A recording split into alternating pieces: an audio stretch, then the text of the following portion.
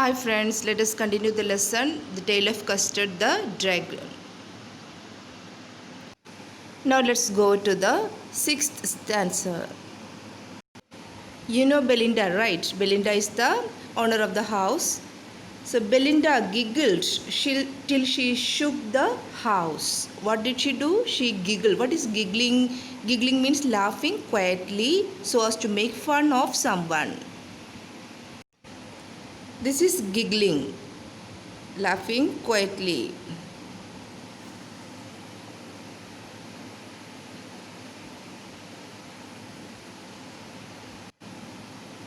So what did Belinda do? Belinda giggled till she shook the house. So with her laughter, quiet laughter, the house was fully covered with her laughter so that it was shaken with her laughter. What did Blink do? Blink said, "Wait, wait," which is giggling for the mouse. That is the giggling sound made by a mouse. What did Ink and Mustard do? Ink and Mustard. Ink is the little black kitten and Mustard is the yellow dog.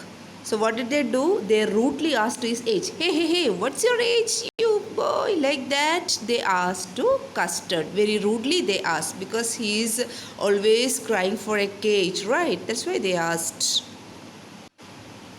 Then what did our Custard do? When Custard cried, he cried. Why he cried or for what he cried? He cried for a nice safe cage. So Ink and Mustard rudely asked his age. Hey, what's your age? When he cried, when the dragon cried for a nice safe cage. Why he cried for a nice safe cage? Because he was so cowardly. That's why.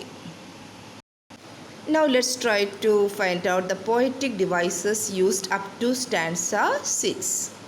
Let's first go to the first stanza. So it is written, the poem is written by Ogden Nash. The first stanza. What is the poetic device used here? Can you find out? Let's see.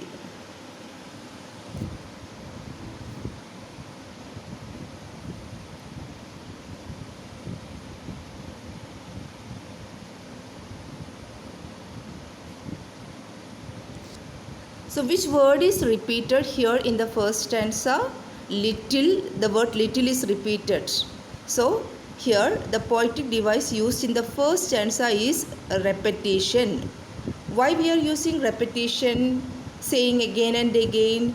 Because in order to stress words, right? In order to give more importance, emphasize how everything in the house was. It was little, isn't it? So little pet dragon, little grey house, little white house, etc. So the word repeated is little, and the poetic device used here is repetition. The repetitive use of the word little.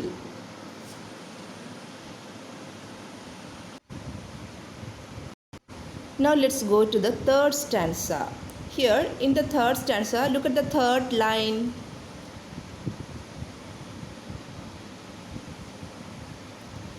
Mouth like a fireplace. So we know that whenever like or as is used to compare, mouth is compared to a fireplace. So the poetic device used here is simile.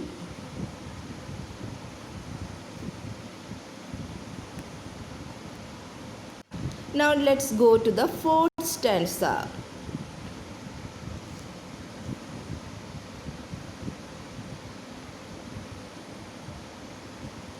Belinda was as brave as a barrel full of bears.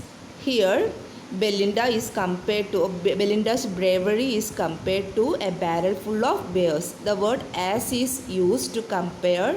So we can say that in this stanza, the first line, simile is the poetic device used. And what is compared?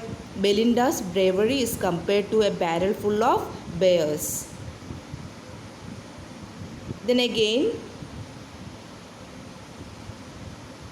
Mustard was as brave as a tiger in a rage. So here again, Mustard's bravery is compared with a tiger in anger. Whenever a tiger is angry, must it is like that. So again, the pointed device used here is simile. Then one more pointed device is used here. Look at the first line of the first same stanza. Brave as a barrel full of bears.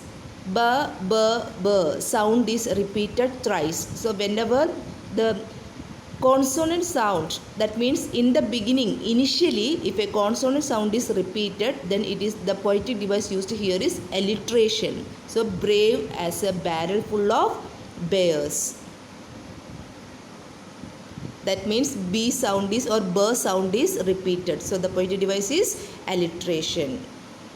Again, one more poetic device, let us find out. Look at the sixth stanza, last line.